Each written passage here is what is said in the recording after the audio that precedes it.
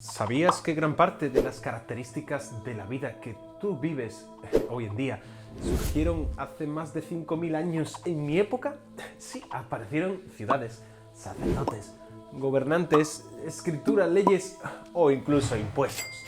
¿Queréis saber cuáles eran las características de la civilización mesopotámica donde aparecieron todas estas cosas? ¡Adelante!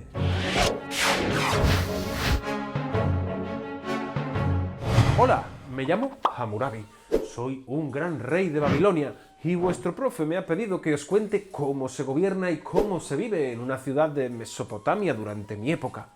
Pues bien, sed bienvenidos, pero ojo, no oséis contradecir algunas de las leyes que hemos establecido en mi código de leyes, el Código de Hammurabi, donde encontraréis algunas de las penas que podéis sufrir si os pasáis de la raya. Y ahora comencemos. A partir de lo que para vosotros será el 3500 a.C., en Mesopotamia y también en Egipto, el desarrollo de la agricultura, como ya sabéis, estimuló el surgimiento de ciudades-estado.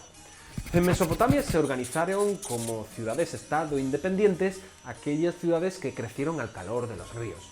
¿Queréis saber cómo es vivir en una de ellas? Pues en primer lugar, las ciudades-estado comprendían una ciudad principal, como por ejemplo Ur, Uruk, Lagash o Babilonia, la mejor de todas, que era la sede del poder político y religioso, y los campos de cultivo que la circundaban. Además de ser importantes centros políticos y religiosos, en las ciudades se desarrollaban actividades comerciales como orfebrería, cuero, vidrio, cerámica, metales, etc., y la mayor parte del comercio.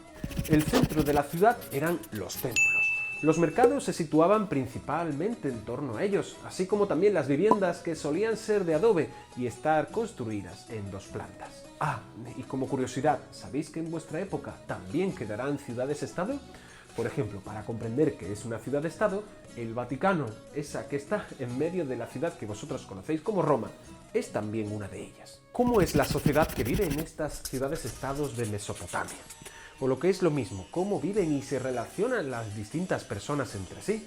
Pues bien, en Mesopotamia nos encontramos con una sociedad jerarquizada, es decir, en la que hay distintas clases sociales con una posición de privilegio y dominancia sobre otras, como una pirámide, donde los privilegiados están encima de los demás.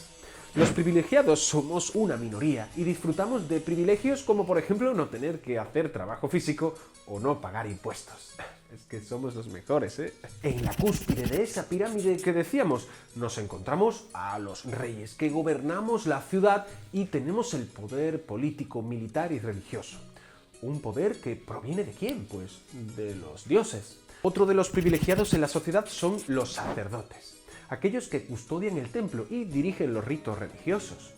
Como para la sociedad mesopotámica, la religión es algo muy importante. Tanto yo, es decir, los reyes, como los sacerdotes, ejercemos un poder que podemos llamar de teocracia. Es decir, la teocracia es un sistema político en el que los gobernantes son enviados o intermediarios de Dios o de los dioses. Teocracia significa teo, Dios, gracia, poder. A continuación, en la sociedad mesopotámica nos encontramos con los funcionarios, que ayudan a administrar la ciudad-estado, controlan las cosechas y el comercio e imponen tributos que se registran a través de la escritura por parte de los escribas. También en las ciudades-estado nos encontramos con una parte de la sociedad que serán los guerreros, es decir, nos encontramos con un ejército para aquellos conflictos que surjan entre ciudades o también con los habitantes de la propia ciudad, que eran frecuentes, sobre todo en aquellos que no querían o no quieren cumplir mi voluntad. Estos que hemos visto, desde el rey a los funcionarios, son aquellos que podemos llamar privilegiados, con más o menos privilegios dependiendo de la jerarquía. La mayoría de la sociedad estará formada por los no privilegiados, campesinos y artesanos que pagaban impuestos al Estado, con los que los gobernantes, subsistimos o costeamos la construcción de templos, monumentos o palacios. Como ves, la religión es muy importante para los mesopotámicos. La religión mesopotámica es politeísta, es decir, que adoramos a múltiples dioses. Para venerarlos, levantamos numerosos templos que estarán dirigidos por los sacerdotes. como ya sabes, el sistema político que gobierna estas ciudades-estado podemos llamarlo teocracia, lo que significa que la religión mesopotámica, y también lo será la egipcia cuando la conozcáis, cumplirá una labor crucial a la hora de sostener los privilegios de una clase dirigente de la mía que ha convencido al resto del pueblo de que nosotros somos enviados de los dioses. Y con ello, pues logramos que los campesinos no se rebelen, paguen sus impuestos y sirvan a nuestros intereses. O si no, sufrirán la ira de un dios furioso. ¿Cómo es el arte que podemos encontrarnos en las ciudades mesopotámicas? Cuando hablamos de arte mesopotámico, lo hacemos de un arte orientado sobre todo a ensalzar a los poderosos, dejar constancia de nuestras hazañas y rendir gloria a los dioses. En arquitectura destacamos sobre todo los templos, construidos en forma de pirámide escalonada que vosotros conoceréis como zigurat, con grandes escalinatas y a cuya cúspide se halla el santuario, donde estarán los dioses y cuyo culto será dirigido por los sacerdotes. En el interior de los templos mesopotámicos, así como también de los palacios, hemos creado grandes esculturas y relieves detallistas y realistas que representan animales, seres mitológicos o escenas de caza y guerra. Por último, hablaremos un poco del desarrollo histórico de Mesopotamia, que seguro que también te interesa. Hacia el 3100 a.C., Mesopotamia fue dominada por los sumerios, que se organizaron en primeras ciudades-estado. A partir del milenio III, el rey Sargón ocupará las ciudades de la Baja Mesopotamia y creará el reino de Akkad, el primer gran imperio de la historia. Hacia el 1800, es decir, en mi época, otra de las grandes ciudades mesopotámicas, Babilonia, se impulsará sobre el resto de ciudades creando el imperio babilónico, que tendrá su máxima prosperidad, ¿cuándo? Pues en mis tiempos, los del rey Hammurabi. Yo llevé a cabo grandes victorias y avances para Babilonia, pero tal vez seré conocido en vuestra época por el Código de Hammurabi, el primer código de leyes que conoceréis, con unas leyes basadas en el ojo por ojo y diente por diente, lo que podemos conocer como la Ley del Talión. Ley 230 del Código de Hammurabi.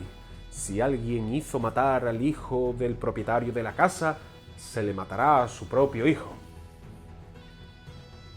¿Os parece justo o qué?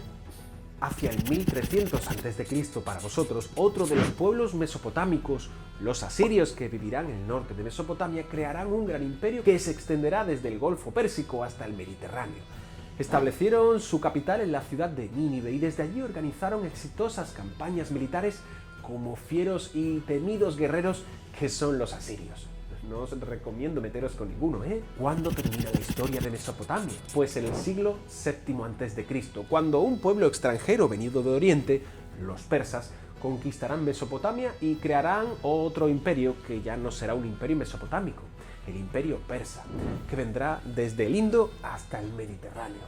Y con esto termina nuestra historia. Como ves, conocer los orígenes de las civilizaciones nos ayuda a comprender algunas de las características de vuestro mundo.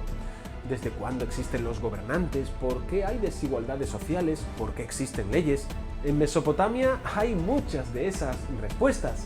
Y ahora, ¿qué te ha parecido este vídeo? ¿Por qué no me lo dejas aquí abajo en los comentarios, así como también tu like? Y si no quieres perderte material exclusivo de la Cuna de Halicarnasso, visita mi página de Patreon. Nos vemos en el próximo vídeo. ¡Adiós!